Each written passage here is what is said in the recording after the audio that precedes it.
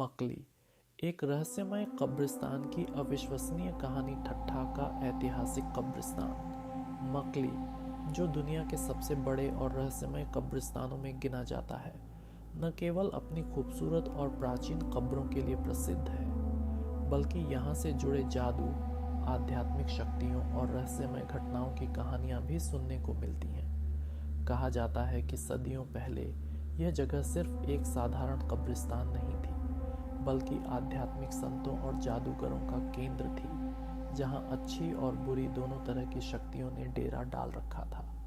यह कहानी गुलाम मोहम्मद नाम के एक व्यक्ति की है, जो लगभग 100 साल पहले ठट्ठा में रहता था। गुलाम मोहम्मद एक साधारण आदमी था, जो मकली के पास अपने परिवार के साथ रहता था। उसे रात को देर तक बाहर रहने की आदत थी और वह अक्सर दोस्तों के साथ बैठकर कहानियां सुनता था। लेकिन एक रात ऐसी घटना घटी जिसने उसकी पूरी जिंदगी बदल दी। रात की डरावनी घटना। एक रात गुलाम मोहम्मद अपने दोस्तों के साथ एक मजलिस में शामिल था। बातचीत लंबी हो गई और रात काफ़ी बीत गई। जब वह अकेला अपने घर की ओर जा रहा था, तभी उसे मकली के कब्रिस्तान के अंदर एक अजीब सी रोशनी दिखाई दी। ये रोशनी लगातार हिल रही थी, कभी एक जगह जाती और कभी दूसरी जगह। वह पहले तो डर गया, लेकिन फिर जिज्ञासा के कारण उस रोशनी का पीछा करने लगा।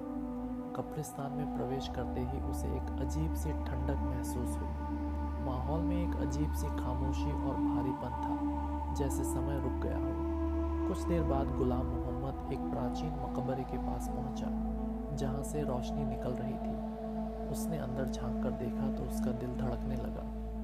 अंदर कुछ लोग काले कपड़े पहने बैठे थे। उनके सामने एक बड़ी पुरानी किताब रखी थी, जिस पर अजीबो गरीब लिखावट थी। जमीन पर तावीज़, मोमबत्तियां और जानवरों की हड्डियां बिखरी हुई थीं। गुलाम मोहम्मद समझ गया कि वह किसी साधारण जगह पर नहीं, बल्कि जादूगरों की महफिल में पहुंच चुका है। डरावना खुलासा। गुलाम मोहम्मद ने पीछे हटने की कोशिश की, लेकिन जैसे ही उसने कदम पीछे रखा, एक जोरदार आवाज़ आई, अब तो यहाँ से जिंदा वापस नहीं जा सकता। उसके पैर कांपने लगे। अचानक उस महफिल में बैठे लोगों में से एक व्यक्ति ने गुलाम मोहम्मद की तरफ देखा। उसकी आंखें लाल अंगारों की तरह चमक रही थीं। बाकी लोगों ने भी उसकी तरफ देखना शुरू कर दिया और धीरे धीरे उठने लगे। गुलाम मोहम्मद को ऐसा लगा जैसे उसके शरीर को किसी ने जकड़ लिया हो। वह हिल नहीं पा रहा था। अचानक कब्रिस्तान के अंदर ही कहीं दूर से अजान की आवाज़ सुनाई दी। जैसे ही अजान की आवाज़ उठी, वे जादूगर एक पल के लिए चौंक गए और गुलाम मोहम्मद की पकड़ ढीली पड़ गई। गुलाम मोहम्मद ने तुरंत मौके का फ़ायदा उठाया और पूरी ताकत लगाकर भाग निकला।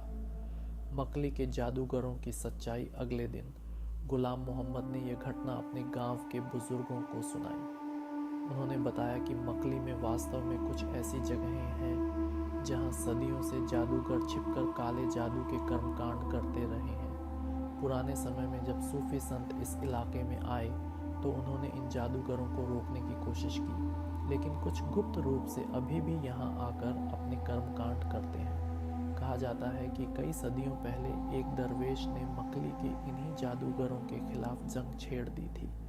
उसने ऐलान किया कि वह अल्लाह के वलियों की मदद से मकली को शैतानी ताकतों से मुक्त करेगा। उसके बाद की रात मकली की सबसे डरावनी रात थी। लोग कहते हैं कि उस रात कब्रिस्तान में आग की लपटें दिखाई दी, जमीन हिलने लगी और अजीबोगरीब आवाज़ें सुनाई देने लगी। जब सुबह हुई तो वह दरवेश वहाँ मौजूद नहीं था। कुछ का कहना था कि वह शहीद हो गया, जबकि कुछ का मानना था कि वह कहीं और जाकर इबादत में मशगूल हो गया। लेकिन उसके बाद भी मकली के कुछ खास मुकामों पर रहस्यमय घटनाएं होती रहीं। क्या आज भी मकली का रहस्य बाकी है? आज भी कहा जाता है कि अगर कोई व्यक्ति रात के वक्त मकली के खास मुकामों पर जाए, तो उसे अजीब साएं, फुसफुसाहट और रोशनी के घेरे दिखाई देते हैं।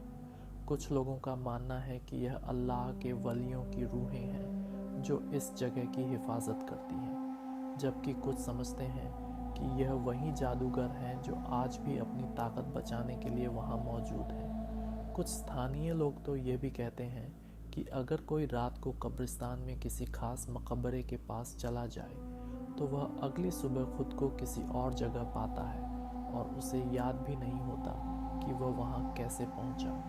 ये कहानी आज भी मकली के रहने वाले फुसफुसाहट में सुनाते हैं, लेकिन खुलकर इस पर बात करने से डरते हैं। क्या सच में मकली में कोई रहस्यमय ताकतें मौजूद हैं, या यह सिर्फ कहानियाँ हैं? इसका फैसला आप पर है।